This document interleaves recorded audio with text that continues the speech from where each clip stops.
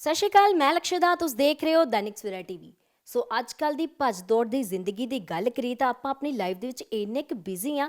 ਆਪਣੀ ਲਾਈਫ ਦੇ ਵਿੱਚ ਆਪਾਂ ਨਾ ਹੀ ਅੱਛੀ ਤਰ੍ਹਾਂ ਖਾ ਪਾ ਰਹੇ ਹਾਂ ਤੇ ਨਾ ਹੀ ਅੱਛੀ ਤਰ੍ਹਾਂ ਸੋ ਪਾ ਰਹੇ ਹਾਂ। ਸੋ ਅੱਜ ਅਸੀਂ ਵਰਲਡ ਸਲੀਪ ਡੇ ਦੇ ਮੌਕੇ ਦੇ ਉੱਤੇ ਪਹੁੰਚੇ ਹਾਂ ਡਾਕਟਰ ਐਚ.ਜੇ. ਸਿੰਘ ਜੀ ਦੇ ਕੋਲ, ਜਿਨ੍ਹਾਂ ਨਾਲ ਗੱਲਬਾਤ ਕਰਾਂਗੇ ਕਿ ਨੀਂਦ ਲੈਣੀ ਕਿੰਨੀ ਕੁ ਜ਼ਰੂਰੀ ਹੈ ਤੇ ਨੀਂਦ ਨਾ ਆਉਣ ਕਰਕੇ ਕੀ ਸਾਨੂੰ ਬਿਮਾਰੀਆਂ ਹੋ ਜਾਂਦੀਆਂ ਨੇ। ਸੋ ਗੱਲਬਾਤ ਕਰਦੇ ਹਾਂ ਸਰ ਦੇ ਨਾਲ। ਸਤਿ ਸ਼੍ਰੀ ਅਕਾਲ ਸਰ। ਸਤਿ ਸ਼੍ਰੀ ਅਕਾਲ ਜੀ। ਸੋ ਸਰ, ਸਭ ਤੋਂ ਪਹਿਲਾਂ ਸਾਨੂੰ ਇਹ ਦੱਸੋ ਕਿ ਸਲੀਪ ਯਾਨੀ ਕਿ ਨੀਂਦ ਲੈਣਾ ਕਿੰਨਾ ਕੁ ਜ਼ਰੂਰੀ ਹੈ। ਦੇਖੋ ਇਹ ਅੱਜ ਸਭ ਤੋਂ ਪਹਿਲਾਂ ਤਾਂ ਮੈਂ ਵਰਲਡ ਸਲੀਪ ਡੇ ਦੇ ਉੱਤੇ ਆਪਣੇ ਦਰਸ਼ਕਾਂ ਨੂੰ ਇਸ ਮੌਕੇ 'ਤੇ ਮੁਬਾਰਕਬਾਦ ਦਿੰਦਾ ਕਿ ਅਸੀਂ ਇਹ ਸਾਰਾ ਵਰਲਡ ਦੇ ਵਿੱਚ ਇਸ ਇੰਪੋਰਟੈਂਟ ਡੇ ਨੂੰ ਮਨਾ ਰਹੇ ਹਾਂ।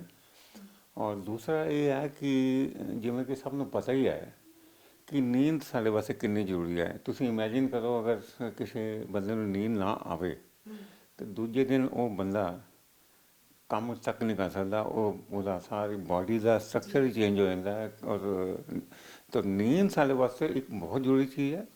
ਬੇਸਿਕਲੀ ਜਿਹੜੇ ਫੰਕਸ਼ਨ ਹੈ ਨੀਂਦ ਦਾ, ਉਹ ਇਹ ਹੈ ਕਿ ਬਾਡੀ ਦੇ ਜਿਹੜੀ ਐਨਰਜੀ ਹੈ ਆਪਾਂ ਦਿਨ ਦੇ ਟਾਈਮ ਕੰਮ ਕਰਦੇ ਹਾਂ, ਸਾਰੀ ਰੀਸਟੋਰ ਹੁੰਦੀ ਹੈ। ਸਾਡੇ ਮਾਈਂਡ ਦੇ ਵਿੱਚ ਸਾਰੇ ਫੰਕਸ਼ਨ ਜਿਹੜੇ ਬੇਸਿਕਲੀ ਇਹ ਨੀਂਦ ਕੰਟਰੋਲ ਕਰਦੀ ਹੈ। ਸੋ ਇਹ ਸਾਡੇ ਵਾਸਤੇ ਬਹੁਤ ਜ਼ਰੂਰੀ ਹੈ। ਔਰ ਤਕਰੀਬਨ 6 ਤੋਂ 8 ਘੰਟੇ ਨੀਂਦ ਜਿਹੜੀ ਹੈ ਇਹ ਅਡਲਟ ਜਿਹੜੇ ਸਾਡੇ ਉਹਨਾਂ ਵਾਸਤੇ ਜ਼ਰੂਰੀ ਹੈ। ਨਵੇਂ ਜਨਮ ਬੱਚੇ ਜਦੋਂ ਹੁੰਦੇ ਆ ਪੈਦਾ, ਉਹਨਾਂ ਦੇ ਵਿੱਚ ਨੀਂਦ ਦਾ ਸਾਈਕਲ ਤਕਰੀਬਨ 18-20 ਘੰਟੇ ਵੀ ਜਦੋਂ ਬੱਚੇ ਛੋਟੇ ਸੁੱਤੇ ਰਹਿੰਦੇ ਆ। ਅਤੇ ਜਿਵੇਂ ਜਿਵੇਂ ਉਮਰ ਵੱਧਦੀ ਹੈ ਉਹਦੇ ਨਾਲ ਨੀਂਦ ਦਾ ਸਾਈਕਲ ਸਾਡਾ ਨੀਂਦ ਦਾ ਟਾਈਮ ਘੱਟਦਾ ਜਾਂਦਾ ਹੈ। ਪਰ adult up to 40 years 45 years ਤੱਕ 6 ਤੋਂ 8 ਘੰਟੇ ਨੀਂਦ। ਉਹ ਜਿਵੇਂ ਜਿਵੇਂ ਬੁਢਾਪਾ ਆਉਂਦਾ, ਤੁਸੀਂ ਦੇਖਿਆ ਹੋਣਾ ਬੁੜੇ ਜਿਹੜੇ ਬਜ਼ੁਰਗ ਹੈ ਉਹ ਜਲਦੀ ਉੱਠ ਜਾਂਦੇ ਸਵੇਰੇ, ਉਹਨਾਂ ਨੂੰ ਤਕਰੀਬਨ 3-4 ਘੰਟੇ ਨੀਂਦ ਲੈ ਪਾਉਂਦੇ ਆ। ਨੀਂਦ ਨਾ ਆਉਣ ਕਰਕੇ ਕੀ ਬਿਮਾਰੀਆਂ ਹੁੰਦੀਆਂ ਨੇ। ਨੀਂਦ ਆਉਣ ਦੇ ਕਈ ਤਰ੍ਹਾਂ ਦੇ ਰੋਗ ਸਾਡੇ ਕੋਲ ਆਉਂਦੇ ਆ। ਰਣਜੀਤ ਹਸਪੀਟਲ ਸਾਡੇ ਕੋਲ, ਜਿੱਥੇ ਅਸੀਂ ਕਿ ਛਾਤੀ ਦੇ ਰੋਗਾਂ ਦਾ ਔਰ ਨੀਂਦ ਦੇ ਰੋਗਾਂ ਦਾ ਇਲਾਜ ਕਰਦੇ ਹਾਂ।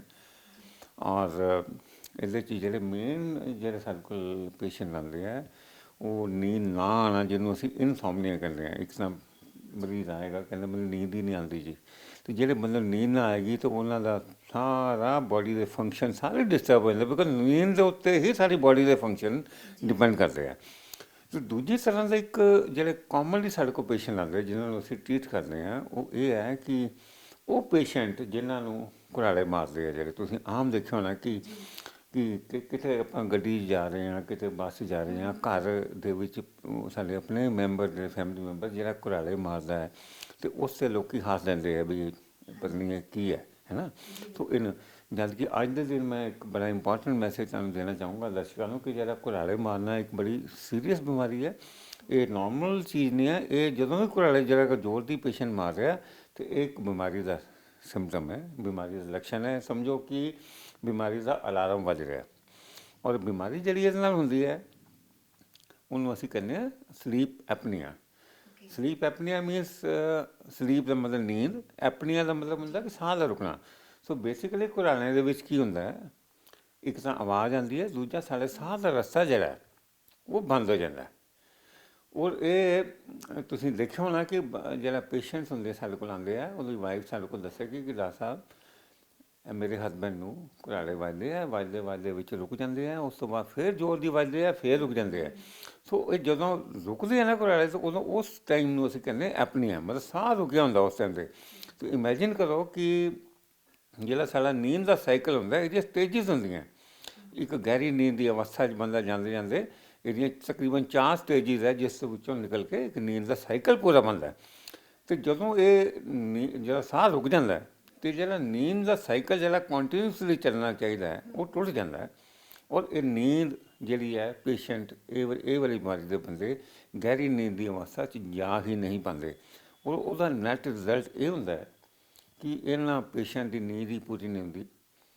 ਅਤੇ ਇਹਨਾਂ ਦੀ ਕੀ ਕੰਪਲੇਂਟ ਹੁੰਦੀ, ਇੱਕ ਤਾਂ ਵਾਈਫ ਨੇ ਦੱਸਤਾ ਰਾਤ ਦੇ ਟਾਈਮ ਇੱਦਾਂ ਘੁਰਾੜੇ ਵੱਜਦੇ, ਅਤੇ ਦਿਨ ਦੇ ਟਾਈਮ ਸਾਡੇ ਕੋਲ ਜਦੋਂ ਆਉਂਦੇ ਹੈ ਅਤੇ ਸਾਨੂੰ ਇਹ ਦੱਸਦੇ ਆ ਕਿ ਡਾਕਟਰ ਸਾਹਿਬ ਇਹ ਤਾਂ ਬੈਠੇ ਬੈਠੇ ਸੌਂ ਜਾਂਦੇ ਜੀ। ਜੀ ਬਿਲਕੁਲ, ਕਈ ਵਾਰ ਅਸੀਂ ਦੇਖਦੇ ਹਾਂ ਕਿ ਬੈਠੇ ਬੈਠੇ ਮਤਲਬ 2-3 ਮਿੰਟ ਵਿੱਚ ਹੀ ਕਿਸੇ ਨੂੰ ਨੀਂਦ ਆ ਜਾਂਦੀ, ਇੱਕਦਮ ਹੀ ਬੰਦਾ ਜਿਹੜਾ ਹੈ ਸੋ ਜਾਂਦਾ ਹੈ। ਸੋ ਇਹ ਬਹੁਤ ਮਤਲਬ ਮੇਜਰ ਪ੍ਰੋਬਲਮ ਹੈ, ਤੁਸੀਂ ਕਹਿ ਰਹੇ ਹੋ। It's a very serious problem.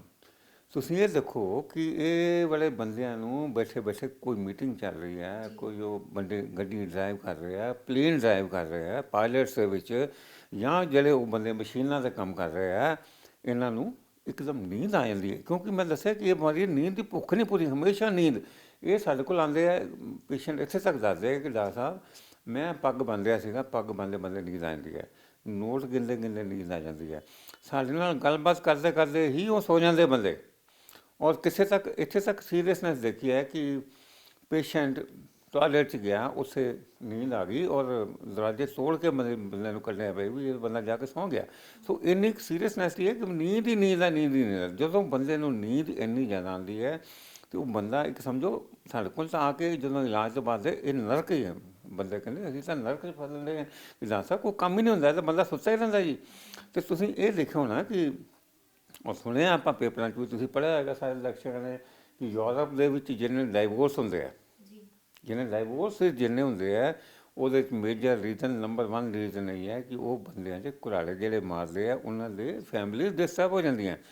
ਸੋ ਇਹ ਤੁਸੀਂ ਦੇਖੋ ਕਿ ਸੀਰੀਅਸ, ਹਾਲਾਂਕਿ ਇੰਡੀਆ ਦੇ ਵਿੱਚ, ਸਾਡੇ ਭਾਰਤ ਦੇਸ਼ ਦੇ ਵਿੱਚ ਇਹ ਵਾਲੀ ਸਟੇਜ 'ਤੇ ਨਹੀਂ ਪਹੁੰਚੇ ਵੀ ਜਿੱਥੇ ਤਲਾਕ ਹੀ ਹੋਣ ਲੱਗ ਪੈਣ, ਪਰ ਯੂਰਪ ਦੇ ਵਿੱਚ ਤਲਾਕ ਜਿੰਨੇ ਹੁੰਦੇ ਆ ਉਹਦਾ ਮੇਜਰ ਰੀਜ਼ਨ ਇਹ ਹੈ। ਰੀਜ਼ਨ ਬੇਸਿਕਲੀ ਇਸੇ ਕਰਕੇ ਹੈ ਕਿਉਂਕਿ ਉਹ ਫੈਮਿਲੀ ਤੁਹਾਡੀ ਡਿਸਟਰਬ ਹੋ ਜਾਂਦੀ ਹੈ। ਬੰਦਾ ਉਹ ਜਿਹੜਾ ਘਰ ਬੈਠਾ ਘੁਰਾੜੇ ਮਾਰ ਰਿਹਾ, ਸਾਰੀ ਫੈਮਿਲੀ ਨੂੰ ਡਿਸਟਰਬ ਕਰਦਾ। ਇੱਥੇ ਤੱਕ ਤਾਂ ਸਾਡੇ ਪੇਸ਼ੈਂਟ ਦੀ ਘੁਰਾੜਿਆਂ ਦੀ ਆਵਾਜ਼ ਹੁੰਦੀ ਕਿ ਸਾਨੂੰ ਆ ਕੇ ਦੱਸਦਾ ਬੰਦਾ ਕਿ ਡਾਕਟਰ ਸਾਹਿਬ ਮੇਰੇ ਮੁਹੱਲੇ ਤੱਕ ਆਵਾਜ਼ ਜਾਂਦੀ ਹੈ। ਸੋ ਇੱਦਾਂ ਦੇ ਬੰਦੇ ਨਾਲ ਕੋਈ ਵੀ ਸੋਣਾ ਪਸੰਦ ਨਹੀਂ ਕਰਦਾ। ਤੁਸੀਂ ਆਹ ਸੋਚ ਲਓ ਵੀ ਬੱਸ 'ਤੇ ਜਾ ਰਿਹਾ, ਗੱਡੀ ਚੁੱਕਦਾ, ਕਹਿੰਦਾ ਤੂੰ ਕਿਸੇ ਹੋਰ ਪਾਸੇ ਜਾ ਬਈ, ਮੇਰੀ ਤਾਂ ਲਾਈਫ ਡਿਸਟਰਬ ਹੋ ਰਹੀ ਹੈ। So it is to that extent. So ਇਹਦੇ ਨਾਲ ਸਾਹ ਰੋਕਣ ਦੇ ਨਾਲ ਕੀ ਹੁੰਦਾ ਹੈ ਕਿ ਜਦੋਂ ਸਾਹ ਨਹੀਂ ਸਾਡਾ ਆਉਂਦਾ ਪੇਸ਼ੈਂਟ ਨੂੰ, ਅਤੇ ਸਾਡੇ ਫੇਫੜਿਆਂ 'ਚ ਆਕਸੀਜਨ ਨਹੀਂ ਜਾਂਦੀ, ਪੇਸ਼ੈਂਟ ਹਵਾ ਦਾ ਸਾਡਾ ਗਲਾ 'ਚ ਚੋਕਿੰਗ ਹੋ ਜਾਂਦੀ ਹੈ। ਔਰ ਉਹਦੇ ਨਾਲ ਕਿ ਫੇਫੜਿਆਂ ਸਾਡੇ ਹਵਾ ਨਹੀਂ ਜਾਂਦੀ, ਆਕਸੀਜਨ ਦਾ ਐਕਸਚੇਂਜ ਨਹੀਂ ਹੁੰਦਾ, ਅਤੇ ਆਕਸੀਜਨ ਦੀ ਮਾਤਰਾ ਸਾਡੇ ਬਲੱਡ 'ਚ ਘੱਟ ਜਾਂਦੀ ਹੈ। ਔਰ ਬਾਰ ਜਿਹੜਾ ਆਕਸੀਜਨ ਦਾ ਲੈਵਲ ਤਕਰੀਬਨ 95% ਤੱਕ ਹੋਣਾ ਚਾਹੀਦਾ ਬਲੱਡ ਦੇ, ਇਹਦੇ 'ਚ 25-30%, 10% ਤੱਕ ਰਹਿ ਜਾਂਦਾ ਹੈ। ਅਤੇ ਜਦੋਂ ਆਕਸੀਜਨ ਦੀ ਮਾਤਰਾ ਘਟੇਗੀ, ਇਹ ਸਾਡੇ ਵਾਸਤੇ, ਸਾਡੇ ਬਾਡੀ ਦੇ ਆਰਗਨ ਜਿੰਨੇ ਹੁੰਦੇ, ਹਾਰਟ ਵਾਸਤੇ, ਬ੍ਰੇਨ ਵਾਸਤੇ, ਔਰ ਬਾਡੀ ਦੇ ਸਾਰੇ ਫੰਕਸ਼ਨ ਜਿਹੜੇ ਹੈ ਉਹ ਕੰਮ ਨਹੀਂ ਕਰਦੀ। ਔਰ ਇਹ ਬੰਦਾ, ਤੁਸੀਂ ਇਹ ਦੇਖ ਲਓ ਕਿ ਇਹ ਬੰਦੇ ਕਿਸੇ ਕੰਮ ਜੋਗੇ ਨਹੀਂ ਰਹਿ ਜਾਂਦੇ, ਇਸ ਲੈਵਲ ਤੱਕ ਆਉਂਦੇ ਹੈ। ਉਹ ਸਾਡੇ ਕੋਲ ਪੇਸ਼ੈਂਟ ਇੱਦਾਂ ਆਉਂਦੇ ਆ ਵੀ ਹਾਰਟ ਫੇਲੀਅਰ 'ਚ ਚੱਲ ਜਾਂਦੇ ਆ, ਜਾਂ ਮਤਲਬ ਸੁੱਤੇ ਸੁੱਤੇ ਇਹਨਾਂ ਦੇ ਵਿੱਚ ਜਿੰਨੀਆਂ ਮੌਤਾਂ ਹੁੰਦੀਆਂ, ਮੈਂ ਇਹ ਡਰਾਉਣ ਵਾਲੀ ਗੱਲ ਨਹੀਂ, ਜਿਹੜਾ ਫੈਕਟਸ ਹੈ, ਜਿੰਨੀਆਂ ਤੁਸੀਂ ਆਮ ਦੇਖਿਆ ਹੋਣਾ ਕਿ ਬੰਦੇ ਕਹਿੰਦੇ ਕਿ ਰਾਤੀ ਬੰਦਾ ਸੁੱਤਾ ਸੁੱਤਾ ਰਹਿ ਗਿਆ। ਡਾਟਾ ਦੇਖੇ ਹੈ, ਰਿਸਰਚ ਹੋਈ, ਉਹਦੇ 'ਚ ਇਹ ਪਤਾ ਲੱਗਿਆ ਤਕਰੀਬਨ 70-80% ਜਿਹੜੀਆਂ ਡੈਥ ਹੁੰਦੀਆਂ ਰਾਤੀ ਸੁੱਤੇ ਪਏ, ਉਹਦਾ ਮੇਜਰ ਰੀਜ਼ਨ ਇਹ ਸਲੀਪ ਐਪਨੀਆ ਹੀ ਹੈ। ਸੋ ਇੱਥੇ ਤੱਕ ਸੀਰੀਅਸਨੈਸ। ਸਰ ਇਦੋਂ ਮਤਲਬ ਇਹਦਾ ਕੀ ਇਲਾਜ ਕੀ ਹੈ? ਮਤਲਬ ਇਲਾਜ ਤੋਂ ਪਹਿਲਾਂ ਮੈਂ ਤੁਹਾਨੂੰ ਇਹ ਦੱਸਣਾ ਚਾਹਾਂਗਾ ਕਿ ਅੱਜ ਦੇ ਦਿਨ ਜਿਹੜੇ ਸ਼ੂਗਰ ਦੇ ਮਰੀਜ਼ ਹੈ, ਡਾਇਬਟੀਜ਼ ਦੇ ਮਰੀਜ਼ ਹੈ, ਜਾਂ ਸਾਡੇ ਥਾਇਰਾਇਡ ਦੇ ਮਰੀਜ਼ ਹੈ, ਥਾਇਰਾਇਡ ਦੀ ਬਿਮਾਰੀ ਨਾਲ ਸੰਬੰਧਿਤ ਮਰੀਜ਼ ਹੈ, ਉਹਨਾਂ ਦੇ ਵਿੱਚ ਇਹ ਵਾਲੀ ਜਿਹੜੀ ਬਿਮਾਰੀ ਬਹੁਤ ਜ਼ਿਆਦਾ ਮਾਤਰਾ they are more prone. Sir ਅਕਸਰ ਕਹਿੰਦੇ ਤੱਕ ਜ਼ਿਆਦਾ 50 ਟਾਈਮਸ ਮੋਰ ਪ੍ਰੋਨ ਹੈ ਉਹ ਇਹ ਵਾਲੀ ਬਿਮਾਰੀ ਤੋਂ। ਸੋ ਅਕਸਰ ਜਿੱਦਾਂ ਕਿਹਾ ਜਾਂਦਾ ਹੈ ਕਿ ਵੀਪੀ ਦੀ ਪ੍ਰੋਬਲਮ ਹੈ, ਆਪਾਂ ਆਮ ਕਹਿ ਦਿੰਦੇ ਕਿ ਇਹਨੂੰ ਵੀਪੀ ਹੈ, ਇਸ ਕਰਕੇ ਸੋ ਰਿਹਾ ਹੈ, ਇਹਨੂੰ ਇਸ ਕਰਕੇ ਨੀਂਦ ਆ ਰਹੀ ਹੈ। ਸੋ ਕੀ ਤੁਹਾਨੂੰ ਲੱਗਦਾ ਕਿ ਮਤਲਬ ਮੇਜਰ ਇਹੀ ਪ੍ਰੋਬਲਮ ਹੈ? ਇਹ ਬਿਲਕੁਲ ਸਹੀ ਸਵਾਲ ਪੁੱਛਿਆ। ਜਿੰਨੇ ਪੇਸ਼ੈਂਟ ਜਿਨ੍ਹਾਂ ਨੂੰ ਬਲੱਡ ਪ੍ਰੈਸ਼ਰ ਹੈ, ਉਹਨਾਂ ਦੇ ਵਿੱਚ ਵੀ ਅਸੀਂ ਇਹ ਦੇਖਿਆ ਕਿ ਤਕਰੀਬਨ 50% ਉੱਤੇ ਬੰਦੇ ਜਿਹੜੇ ਬਲੱਡ ਪ੍ਰੈਸ਼ਰ ਕੰਟਰੋਲ ਨਹੀਂ ਹੋ ਰਿਹਾ, ਉਹਨਾਂ ਦੇ ਵੀ ਰੀਜ਼ਨ ਇਹੀ ਹੁੰਦਾ ਸਲੀਪ ਐਪਨੀਆ। ਜਾਂ ਅਸੀਂ ਇਹ ਦੇਖ ਰਹੇ ਹਾਂ ਕਿ ਸਲੀਪ ਐਪਨੀਆ ਦੇ ਮਰੀਜ਼ਾਂ ਜਦੋਂ ਅਸੀਂ ਬਲੱਡ ਪ੍ਰੈਸ਼ਰ ਦੇਖੀਏ ਤਾਂ 50-60% ਪੇਸ਼ੈਂਟਸ ਨੂੰ ਹਾਈਪਰਟੈਂਸ਼ਨ ਹੁੰਦੀ ਹੈ। ਠੀਕ ਹੈ ਨਾ। ਸੋ ਇਹ ਪੇਸ਼ੈਂਟ ਨੂੰ ਕਿਉਂਕਿ ਜਿਵੇਂ ਦੱਸਿਆ ਕਿ ਆਕਸੀਜਨ ਦੀ ਮਾਤਰਾ ਸਾਡੀ ਆਰਟਰੀਜ਼ ਵਾਸਤੇ, ਸਾਡੇ ਹਾਰਟ ਵਾਸਤੇ ਬਿਲਕੁਲ it is dangerous for every organ. ਤਾਂ ਉਸ ਨਾਲ ਕੀ ਹੈ ਕਿ ਬਲੱਡ ਪ੍ਰੈਸ਼ਰ ਸਾਡਾ ਵੱਧ ਜਾਂਦਾ ਹੈ ਨਾ, ਸ਼ੂਗਰ ਦੇ ਲੈਵਲ ਵੱਧ ਜਾਂਦੇ ਆ, ਔਰ ਥਾਇਰਾਇਡ ਦੇ ਲੈਵਲ ਡਿਸਟਰਬ, ਮਤਲਬ ਬਾਡੀ ਦੇ ਇਵਨ ਜਿਹੜੇ ਬ੍ਰੇਨ ਦੇ ਵਿੱਚ ਤੁਸੀਂ ਦੇਖਿਆ ਸਟ੍ਰੋਕ ਹੋ ਜਾਂਦੀ ਹੈ, ਅਧਰੰਗ ਹੋ ਗਿਆ ਜਾਂ ਲਕਵਾ ਮਾਰ ਗਿਆ। ਇੱਦਾਂ ਦੇ ਜਿਹੜੇ ਇੰਸੀਡੈਂਟ ਹੈ ਸਲੀਪ ਐਪਨੀਆ ਵਾਲੇ ਪੇਸ਼ੈਂਟ ਦੇ, ਘੁਰਾੜੇ ਮਾਰਨ ਵਾਲੇ ਬੰਦਿਆਂ ਦੇ ਵਿੱਚ 50 ਟਾਈਮਸ ਮੋਰ ਜ਼ਿਆਦਾ ਹੁੰਦੇ ਆ ਪੇਸ਼ੈਂਟਸ ਨੂੰ। ਸੋ ਇਹ ਵਾਲੇ ਬੰਦਿਆਂ ਦੇ heart attack, heart failure, brain stroke, impotency, again it's very common. ਹਾਂ, ਜਿਹੜੇ ਨਿਊਲੀ ਮੈਰਿਡ ਕਪਲਸ ਹੈ, ਉਹਨਾਂ ਦੇ ਬੱਚਾ ਨਹੀਂ ਹੁੰਦਾ ਕਈ ਵਾਰ, ਅਤੇ ਅਸੀਂ ਉਹਨਾਂ ਦੇ ਤਕਰੀਬਨ 25 ਤੋਂ 30% ਇਹ ਬਿਮਾਰੀ ਉਹਦਾ ਰੀਜ਼ਨ ਹੁੰਦਾ। ਅਤੇ ਜਦੋਂ ਅਸੀਂ ਇਹ ਵਾਲੀ ਬਿਮਾਰੀ ਦਾ ਇਲਾਜ ਕਰ ਦਿੰਦੇ ਹਾਂ ਤੇ ਇਹ ਪੇਸ਼ੈਂਟ ਜਿਹੜੇ ਆ ਉਹਨਾਂ ਦੇ ਬੱਚੇ ਵਗੈਰਾ ਵੀ ਹੋ ਸਕਦੇ ਆ ਬਾਅਦ ਸੋ ਵਿੱਚ। ਸਰ ਕੀ ਮਤਲਬ ਇਹਦਾ ਮੇਨ ਇਲਾਜ ਕੀ ਬੇਸਿਕਲੀ ਹੈ? ਆਪਾਂ ਇਲਾਜ ਜਿਹੜਾ ਸਿੰਪਟਮਸ ਮੈਂ ਤੁਹਾਨੂੰ ਦੱਸੇ ਵੀ ਕਿਸੋਂ ਕਿਸੋਂ ਪਛਾਣਾਂਗੇ। ਨਾਰਮਲੀ ਇਹ ਜਿਹੜੇ ਪੇਸ਼ੈਂਟ ਸਾਡੇ ਕੋਲ ਆਉਂਦੇ ਆ ਉਹਨਾਂ ਦਾ weight ਬਹੁਤ ਜ਼ਿਆਦਾ ਹੁੰਦਾ, ਓਬੀਜ਼ ਹੁੰਦੇ ਆ, ਠੀਕ ਹੈ। ਔਰ ਪਰ ਕਈ ਪਤਲੇ ਪੇਸ਼ੈਂਟ ਜਿਹੜੇ ਆ ਸਾਡੇ ਨਾਰਮਲੀ ਪਤਲੇ ਪੇਸ਼ੈਂਟ ਉਹਨਾਂ ਦੇ ਵਿੱਚ ਵੀ ਬਿਮਾਰੀ ਹੁੰਦੀ ਆ, ਉਹ ਕਈ ਰੀਜ਼ਨ ਹੁੰਦੇ ਆ। ਬੇਸਿਕਲੀ ਸਾਹ ਦਾ ਰਸਤਾ ਸਾਡਾ ਤੰਗ ਹੋ ਜਾਂਦਾ ਜਾਂ ਜੀਭ ਤਾਲੂ ਥੱਲੇ ਲੱਗ ਜਾਂਦਾ, ਰਸਤਾ ਬੰਦ ਹੋ ਜਾਂਦਾ। ਸੋ ਇਹ ਇਹਨਾਂ ਦਾ ਇੱਕ ਤਾਂ weight ਜ਼ਿਆਦਾ ਹੁੰਦਾ, ਔਰ ਦੂਜਾ ਇਹਨਾਂ ਦੇ ਵਿੱਚ ਕਿਸੇ ਕਈ ਰੀਜ਼ਨ ਕਰਕੇ ਇਹਨਾਂ ਦੀ ਜਿਹੜੀ ਬਣਾਵਟ ਕਰਕੇ ਇਹਨਾਂ ਦਾ ਸਾਹ ਦਾ ਰਸਤਾ ਬੰਦ ਹੋ ਜਾਂਦਾ। ਸੋ ਇਹਦਾ ਜਿਹੜਾ ਇਲਾਜ ਹੈ ਉਹਦੇ ਵਾਸਤੇ ਅਸੀਂ ਪੇਸ਼ੈਂਟਸ ਨੂੰ ਇੱਕ ਮਸ਼ੀਨ ਦਿੰਦੇ ਹਾਂ ਜਿਹਦਾ ਕਿ ਮਾਸਕ ਲਗਾ ਕੇ ਪੇਸ਼ੈਂਟਸ ਹੁੰਦਾ, ਉਹਨੂੰ ਅਸੀਂ CPAP ਕਹਿੰਦੇ ਹਾਂ। ਔਰ ਉਹ ਜਿਹੜੀ ਮਸ਼ੀਨ ਹੈ ਬੇਸਿਕਲੀ ਹੈ ਕਿ ਹਵਾ ਦਾ ਪ੍ਰੈਸ਼ਰ ਉਸ ਮਸ਼ੀਨ ਤੋਂ ਨਿਕਲਦਾ ਹੈ, ਜਿਹੜਾ ਕਿ ਸਾਡਾ ਸਾਹ ਦਾ ਰਸਤਾ ਬੰਦ ਨਹੀਂ ਹੁੰਦਾ। ਦਾ ਮਰੀਜ਼ ਦਾ ਸਾਹ ਦਾ ਰਸਤਾ ਸਾਰੀ ਰਾਤ ਖੁੱਲ੍ਹਾ ਰਹਿੰਦਾ ਹੈ, ਔਰ ਉਹ ਪੇਸ਼ੈਂਟ ਜਿਹੜਾ ਉਹਨੂੰ ਨੀਂਦ ਪ੍ਰੋਪਰ ਆਉਂਦੀ ਹੈ। 6 ਤੋਂ 8 ਘੰਟੇ ਨੀਂਦ ਉਹਦੀ ਵਧੀਆ ਹੋ ਜਾਂਦੀ ਹੈ ਪੂਰੀ, ਔਰ ਦਿਨ ਦੇ ਟਾਈਮ ਉਹ ਬੰਦਾ ਠੀਕ ਹੋ ਜਾਂਦਾ ਹੈ। ਸੋ ਉਹ ਵਾਲਾ ਪੇਸ਼ੈਂਟ ਜਿਹੜਾ ਸਾਨੂੰ ਦੱਸਦੇ ਠੀਕ ਹੋਣ ਤੋਂ ਬਾਅਦ ਜਿਹੜਾ ਨਰਕ ਦੀ ਜ਼ਿੰਦਗੀ ਜੀ ਰਿਹਾ, ਉਹ ਕਹਿੰਦਾ ਲਾ ਸਾਹਿਬ ਮੈਂ ਤਾਂ ਸਵਰਗ 'ਚ ਆ ਗਿਆ ਜੀ, ਹੁਣ ਮੈਂ ਤਾਂ ਮੇਰੀ ਜ਼ਿੰਦਗੀ ਇੰਪਰੂਵ ਹੋ ਗਈ। ਸੋ ਇੱਥੇ ਤੱਕ ਇਹਦਾ ਸਕਸੈਸ ਰੇਟ ਜਿਹੜਾ ਇਸ ਇਲਾਜ ਦਾ 100% ਹੈ, ਔਰ ਇਹ ਪੇਸ਼ੈਂਟ ਨਾਰਮਲ ਲਾਈਫ ਜੀ ਸਕਦੇ ਆ ਉਸ ਤੋਂ ਬਾਅਦ ਬਿਲਕੁਲ। They are very happy. Sir ਨੀਂਦ ਨਾ ਆਉਣਾ ਵੀ ਬਹੁਤ ਵੱਡੀ ਪ੍ਰੋਬਲਮ ਹੈ ਤੇ ਨੀਂਦ ਜ਼ਿਆਦਾ ਲੈਣਾ ਵੀ ਇੱਕ ਬਹੁਤ ਵੱਡੀ ਪ੍ਰੋਬਲਮ ਹੈ। ਸੋ ਤੁਹਾਨੂੰ ਲੱਗਦਾ ਕਿ ਅੱਜ ਕੱਲ੍ਹ ਦੀ ਜਿਵੇਂ ਆਪਾਂ ਲਾਈਫ ਦੇ ਵਿੱਚ ਦੇਖੀਏ ਮੋਬਾਈਲ ਜ਼ਿਆਦਾ ਚਲਾਉਂਦੇ ਹਾਂ, ਆਪਾਂ ਲੇਟ ਨਾਈਟ ਮੂਵੀਜ਼ ਦੇਖਦੇ ਹਾਂ, ਨਾਈਟ ਆਊਟ ਹੁੰਦਾ, ਸੋ ਉਸ ਵਜ੍ਹਾ ਦੇ ਨਾਲ ਲੇਟ ਸੌਂਦੇ ਹਾਂ, ਲੇਟ ਆਪਾਂ ਉੱਠਦੇ ਹਾਂ, ਸੋ ਇਹਦੇ ਵਜ੍ਹਾ ਦੇ ਨਾਲ ਲਾਈਫ ਦੇ ਵਿੱਚ ਬਹੁਤ ਸਾਰੀਆਂ ਦਿੱਕਤਾਂ ਆ ਰਹੀਆਂ। ਸੋ ਵਰਲਡ ਸਲੀਪ ਡੇ 'ਤੇ ਮੈਂ ਇਹੀ ਮੈਸੇਜ ਦੇਣਾ ਚਾਹੂੰਗਾ ਕਿ ਨੀਂਦ ਵਾਲੇ ਪਾਸੇ ਆਪਾਂ ਅੱਜ ਕੱਲ੍ਹ ਦੀ ਜਿਹੜੀ ਯੰਗ ਜਨਰੇਸ਼ਨ ਹੈ ਅਸੀਂ ਬਿਲਕੁਲ ਕੰਸਨਟਰੇਟ ਹੀ ਨਹੀਂ ਕਰ ਰਹੇ। ਨੀਂਦ ਨੂੰ ਸਾਨੂੰ ਤਵੱਜੋ ਦੇਣੀ ਚਾਹੀਦੀ ਹੈ ਕਿ ਸਾਡੇ ਵਾਸਤੇ ਨੀਂਦ ਬਹੁਤ ਜ਼ਰੂਰੀ ਹੈ। ਜਿਹੜਾ ਰਾਤ ਨੂੰ ਬੈਠੇ TV ਦੇਖੀ ਜਾਣਾ, ਕੰਪਿਊਟਰ ਚਲਾਈ ਜਾਣਾ, 10 ਪੇਸ਼ੈਂਟ ਨੂੰ ਚਾਹੀਦਾ ਹੈ ਕਿ ਨਾਰਮਲ ਡਾਈਟ ਲੈ ਕੇ 10 ਵਜੇ ਤੋਂ ਬਾਅਦ 10 10:30 ਵਜੇ ਬੰਦਾ ਸੌਂ ਜਾਵੇ। ਉਹ ਸੌਣ ਤੋਂ ਪਹਿਲਾਂ ਆਪਣੀ ਲਾਈਟਾਂ ਬੰਦ ਕਰੋ, ਉਹਦੇ ਨਾਲ ਸਾਡੇ ਬਾਡੀ ਤੋਂ ਹਾਰਮੋਨ ਇੱਦਾਂ ਦੇ ਨਿਕਲਦੇ ਜਿਹਦੇ ਨਾਲ ਨੀਂਦ ਆਉਂਦੀ ਹੈ। ਸੋ ਸਲੀਪ ਦਾ ਤਾਂ ਇੰਪੋਰਟੈਂਸ ਸਾਨੂੰ ਦੇਣੀ ਚਾਹੀਦੀ ਹੈ। ਸਾਡਾ ਐਟਮੋਸਫੀਅਰ ਕਿ ਮੈਂ ਹੁਣ ਸੌਣ ਜਾ ਰਿਹਾ ਇਸ ਨੂੰ ਇੰਪੋਰਟੈਂਸ ਦਿਓ। ਇਹ ਨਹੀਂ ਕਿ ਰਾਤੀ 2-2 ਵਜੇ ਤੱਕ ਲੱਗੇ ਬੈਠੇ ਆਪਣਾ ਕੰਮ ਤੁਸੀਂ ਕਰੀ ਜਾਂਦੇ ਹੋ ਤਾਂ ਨੀਂਦ ਦਾ ਸਾਈਕਲ ਖਰਾਬ ਹੋ ਗਿਆ ਅਤੇ ਅਲਟੀਮੇਟਲੀ ਤੁਹਾਡਾ ਲਾਈਫ ਵੀ ਘਟੇਗੀ। ਔਰ ਤੁਹਾਨੂੰ ਨੀਂਦ ਨਾ ਆਉਣ ਵਾਲੇ ਪੇਸ਼ੈਂਟ ਦੇ ਵਿੱਚ ਹਾਰਟ ਅਟੈਕ ਇੱਦਾਂ ਜਿਹਨਾਂ ਨੂੰ ਨੀਂਦ ਨਹੀਂ ਆਉਂਦੀ, ਇਨਸੋਮਨੀਆ ਦੇ ਪੇਸ਼ੈਂਟ, ਉਹਨਾਂ ਦੇ ਵਿੱਚ ਇੱਦਾਂ ਦੀ ਬਿਮਾਰੀਆਂ ਦਾ ਵਾਧਾ ਹੁੰਦਾ। ਸੋ ਸਾਨੂੰ ਨਾਰਮਲ ਡਾਈਟ ਲੈ ਕੇ ਹੈਲਦੀ ਡਾਈਟ ਲੈਣੀ ਚਾਹੀਦੀ ਹੈ। ਦੂਜਾ ਜਿਹੜੀ ਸ਼ਰਾਬ ਪੀਂਦੇ ਸਾਡੇ ਬੇਸਿਕਲੀ ਇਹ ਵੀ ਬੜੀ ਖਤਰਨਾਕ ਚੀਜ਼ ਹੈ, ਖਾਸ ਤੌਰ 'ਤੇ ਪੇਸ਼ੈਂਟ ਜਿਹਨਾਂ ਨੂੰ ਘੁਰਾੜੇ ਵੱਜਦੇ ਹੈ ਉਹਨਾਂ ਵਾਸਤੇ ਜਿਹੜੀ ਸ਼ਰਾਬ ਪੀਣੀ ਉਹ ਜ਼ਹਿਰ ਹੈ। ਔਰ ਸੈਕੰਡਲੀ ਮੈਂ ਤੁਹਾਨੂੰ ਇੱਕ ਬੜਾ ਇੰਪੋਰਟੈਂਟ ਅੱਜ ਮੈਸੇਜ ਦੇਣਾ ਚਾਹੂੰਗਾ ਕਿ ਡਰਾਈਵਿੰਗ ਜਿਹੜੇ ਘੁਰਾੜੇ ਮਾਰਨ ਵਾਲੇ ਬੰਦੇ ਆ ਉਹਨਾਂ ਨੂੰ ਡਰਾਈਵਿੰਗ ਅਸੀਂ ਤਦ ਤੱਕ ਨਹੀਂ ਕਰਨੀ ਚਾਹੀਦੀ ਜਦ ਤੱਕ ਇਸ ਮਰੀਜ਼ ਦਾ ਇਲਾਜ ਨਾ ਹੋ ਜਾਵੇ।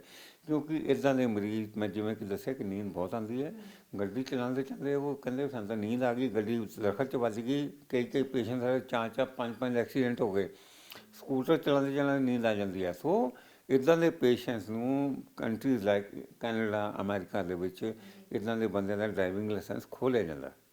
ਔਰ ਮੈਂ ਅੱਜ ਦੇ ਦਿਨ ਇਹ ਇੰਪੋਰਟੈਂਟ ਮੈਸੇਜ ਦਊਂਗਾ ਕਿ ਸਾਡੇ ਵੀ ਟ੍ਰੈਫਿਕ ਦੇ ਨਿਯਮ ਇੱਦਾਂ ਦੇ ਹੋਣੇ ਚਾਹੀਦੇ ਵੀ ਆਹ ਵਾਲੀ ਬਿਮਾਰੀ ਦੇ ਮਰੀਜ਼ ਜਿਹੜੇ ਡਰਾਈਵਰਸ ਹੈ ਉਹ ਨਾ ਕਿ ਆਪਣੀ ਜ਼ਿੰਦਗੀ ਨੂੰ ਰਿਸਕ 'ਚ ਪਾਉਂਦੇ ਆ ਬਲਕਿ ਹੋਰ ਬੰਦਿਆਂ ਨੂੰ ਵੀ ਮਾਰਦੇ ਆ। ਸੋ ਸਾਨੂੰ ਇਹ ਵਾਲੀ ਬਿਮਾਰੀ ਦਾ ਇਲਾਜ ਸਨੋਰਿੰਗ ਦਾ ਪਹਿਲਾਂ ਮੈਸੇਜ ਇਹ ਸਾਰੇ ਪਾਸੇ ਕਨਵੇ ਹੋਣਾ ਚਾਹੀਦਾ, ਆਮ ਜਨਤਾ ਤੱਕ ਮੈਸੇਜ ਪਹੁੰਚਣਾ ਚਾਹੀਦਾ। ਹਾਲਾਂਕਿ ਸਾਨੂੰ ਇਹਨਾਂ ਬਿਮਾਰੀਆਂ ਦਾ ਇਲਾਜ ਕਰਦੇ 35 ਸਾਲ ਹੋ ਗਏ, 30 ਤੋਂ 35 ਸਾਲ ਤੋਂ ਆਪਾਂ ਇਲਾਜ ਕਰ ਰਹੇ ਹਾਂ ਔਰ ਲੋਕਾਂ ਤੱਕ ਕਾਫੀ ਹੱਦ ਤੱਕ ਤਾਂ ਪਤਾ ਲੱਗਿਆ ਕਿਉਂਕਿ ਮੀਡੀਆ ਨੇ ਬੜਾ ਅੱਛਾ ਰੋਲ ਪਲੇ ਕੀਤਾ ਲੋਕਾਂ ਨੂੰ ਦੱਸਣ ਵਾਸਤੇ ਵੀ ਘੁਰਾੜੇ ਨੂੰ ਆਮ ਹਾਸੇ ਦਾ ਵਿਸ਼ਾ ਨਹੀਂ ਹੈ ਬਈ, ਇਹਨੂੰ ਬਿਮਾਰੀ ਹੈ, ਇਹਦਾ ਇਲਾਜ ਮੰਗਦੇ ਹੈ, ਠੀਕ ਹੈ।